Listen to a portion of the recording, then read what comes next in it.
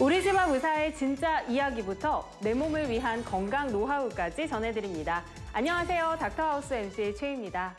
자, 오늘 함께할 첫 번째 주인공 소개해드릴게요. 진료하는 환자만 연간 12,000명, 그리고 지금까지 진료한 환자의 수만 무려 24만 명, 20년 차 닥터 모셨습니다. 안녕하세요. 안녕하세요. 산부인과 전문의 박주미입니다. 제가 작년에 둘째를 출산하면서 이제는 산부인과가 꽤나 친숙합니다. 너무 축하드립니다. 한 19개월 됐는데요. 네. 열심히 잘 키우고 있습니다.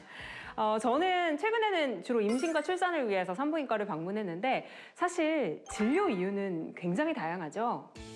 네, 그렇습니다. 병원마다 조금씩 다르긴 하지만 평균적으로 산부인과는 여성의 생식 기능과 관련한 여러 가지 질병을 진단하고 치료하고 있습니다. 임신, 출산을 비롯해서 생식기 종양이라든지 배뇨 이상, 그리고 호르몬 이상, 폐경 등 다양한 상황일 때 산부인과를 찾을 수 있습니다. 그리고 대부분이 모르는 경우가 있는데요. 바로 배가 아플 때도 산부인과를 찾으면 도움이 될 수 있습니다. 저희가 보통 배가 아프면 내과를 방문하지 않나요? 네, 맞습니다. 하지만 내과에서 처방받은 약을 먹어도 복통이 낫지 않는 경우가 종종 있죠. 이런 경우는 심각한 골반염이 있거나 자궁 혹은 난소의 질환이 있을 수 있습니다. 그래서 여성의 경우에 설사, 변비, 구토, 속쓰림 등 소화 기능에 별다른 문제가 없음에도 아랫배가 계속 아프다면 산부인과 진료를 먼저 받아보는 것도 도움이 되겠습니다. 그러면 우리 박주미 닥터님께서는 주로 어떤 상황의 환자들을 진료하시나요?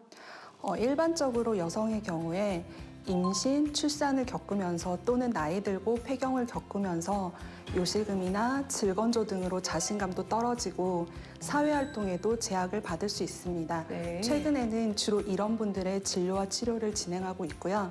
특히 요즘엔 특별한 수술 없이도 레이저 시술만으로 요실금이나 질건조증을 치료할 수 있습니다.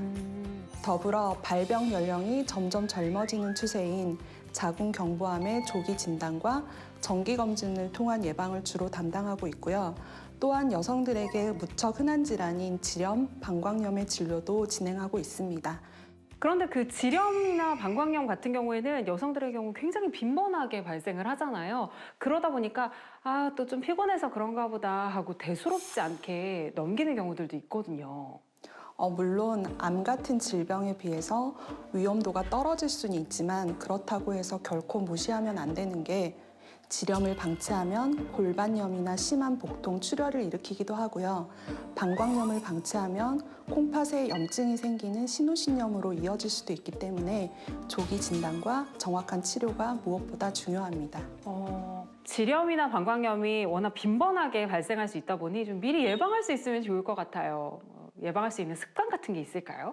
질염이나 방광염을 예방하려면 일단 면역력을 키우는 게 중요합니다. 잘 먹고, 잘 자고, 잘 쉬고 충분한 휴식이 필요하고요. 그리고 평소에 운동 열심히 해서 근육량을 키워서 면역력도 키우시면 많이 도움이 되겠습니다. 이렇게 듣다 보면 여성 질환이 생각보다 훨씬 더 다양하고 생각보다도 무서운 것 같은데 이 수많은 과 중에서 닥터님이 산부인과를 선택한 특별한 이유가 있을까요? 저는 어렸을 때부터 수학이랑 과학 이런 과목들을 무척 좋아했는데요. 그중에서도 인체가 가진 신비로움이 굉장히 크게 다가오더라고요.